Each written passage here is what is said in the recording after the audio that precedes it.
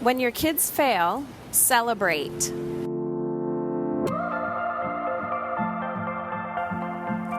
Ladies, are you ready to up-level? Are you ready to master your time, your energy, and who you want to become, and embody the woman and the mother that you want your children to be? I am here to tell you, this is possible. Yes, it will scare you. Yes, it will challenge you, but it is all possible. So, if you've been following me, you are on this personal development journey and you are ready for the next step to take your commitment and investment in yourself and your family to the next level. I want to know your dreams. I want to know your desires, and I want to know what is stopping you or slowing you down from getting there. We are now accepting applications for the Mamas in Control Mastery Program. So head on over to momisincontrol.com, fill it out, hit submit, and we'll be in touch. And listen, if you fill out the application before midnight on Monday, May 20th, you will qualify for a VIP strategy session with yours truly. So head on over to momisincontrol.com and fill out the application today.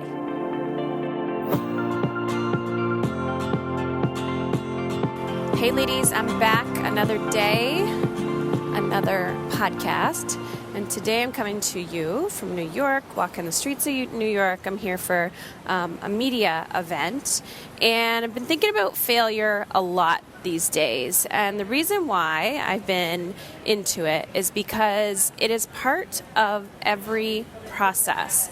And I think too often what we forget is that, to me, my relationship to failure is you can't fail if you try, if you keep trying. And we get into this perfectionist mindset that, if it's not perfect the first time, it's all or nothing. If it's not perfect the first time, then I've failed. But really, when you talk to people over and over and over again, what made you successful? How did you get there?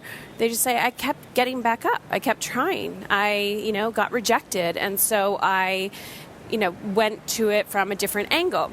And so I experienced this in my own life, both personally and professionally, whether it's in fitness or food or understanding my body or my business and, sending out a pitch to somebody to do a story on me or a podcast pitch or my book. You have to try and try and try again until, you've learned the skills that you need to learn in order to crack open through the resistance or get through and create ultimately the goal that you desire.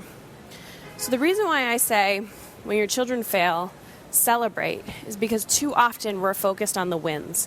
Too often we're focused on, you didn't get an A+. Too often we're focused on what did you do right today? And last week, my youngest son, Felix, he's 6, he was learning to ride a bike. And by his choice, wanting to ride a bike, probably because of his older brothers. And so he was on his bike and he was trying and he was getting frustrated. And he got angry and he pushed the bike down. And I'm like, kick the bike, get angry, do whatever you want. And he's like, I'm done. I'm not doing this again. And every time he fell over, I started clapping. I was like, way to go, buddy. Good try, good try.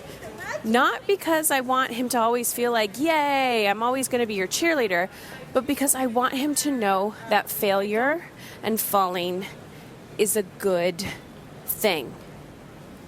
It's a skill that we all need to develop more of. It's a muscle that we need to flex more of. I'm just going to put myself out there and I'm going to see what happens. And I think in modern day culture and parenting, we are, what do they call it? I think they call it lawnmower parenting now, where we are actually trying to drive over our children's path and clear the way for them so that they do not experience failure. But think about your situation, think about your success and any goals that you've had or something that you've overcome. How did you get there? You got there with perseverance. You got there with resilience. You got there with not giving up, not giving in to discomfort, not giving in to the try and try and try again. So that famous quote of, you fall 8 times, you get back up 9, or fall 7 times, get back up 9. Whatever it is, just know that failure, which I don't really connect to the word failure, but failure is part of the process. So my challenge for you today is to celebrate one of your failures. Celebrate it. Put it on social media. Tell a friend. Be like, oh my gosh, I'm so grateful that this happened. Celebrate it. Around your kitchen table tonight when you're having a meal with your family, talk about what did you fail at today? And celebrate those failures. Because then your children are going to see that it's not a bad thing. There's no negative energy associated with failure. You just try and try again. And observe yourself. Are you trying to be the buffer between your children's failures and their successes? Are you allowing them to experience their full range of emotion in order for them to experience true, authentic success? Because know that a lot of the weight that we carry is actually not ours to carry. And if you want your children to be ultimately successful at something, whether it's riding a bike, something small, or being able to have an uncomfortable conversation with someone, or being able to get their own, A+ on their own, you have to be willing to coach and guide them without doing the work for them. All right, ladies, that is my tip for today. Just know you are not alone, and failure is part of the process. I heard of Heather from her podcast. Everything she said really resonated within me. We parent very similarly, and we have some life experiences in common. What really stuck with me, though, is she always was saying what resists persists. Because of that kind of sticking in my soul, I came to the discovery that I had a drinking problem. And in December of 2017, I became completely sober. But what happened at that time was I completely stripped away my coping mechanism of dealing with severe trauma and all the stress of life. I don't want to do the same bad habits and traits that I was using all those years. So I thought Heather is exactly the right person to help me. So I had a phone call with her, signed up for the mastery, and it's been amazing ever since. Heather is completely honest. She will tell you, she does not pull punches, and she will tell you exactly what it is you need to hear. She also will do whatever she needs to do. She meets you where you are at. It's not that she has a program and she kind of expects you to fit into the program. She talks to you, she gets to know you, and then she helps you with exactly what you need. She built trust immediately, and she sincerely cared about who I was. I think the moment I realized that it started working was that I was starting to feel energy again in my life. I have 5 teenagers, I have 4 dogs, 4 cats, a husband. I have been exhausted since I had my first baby.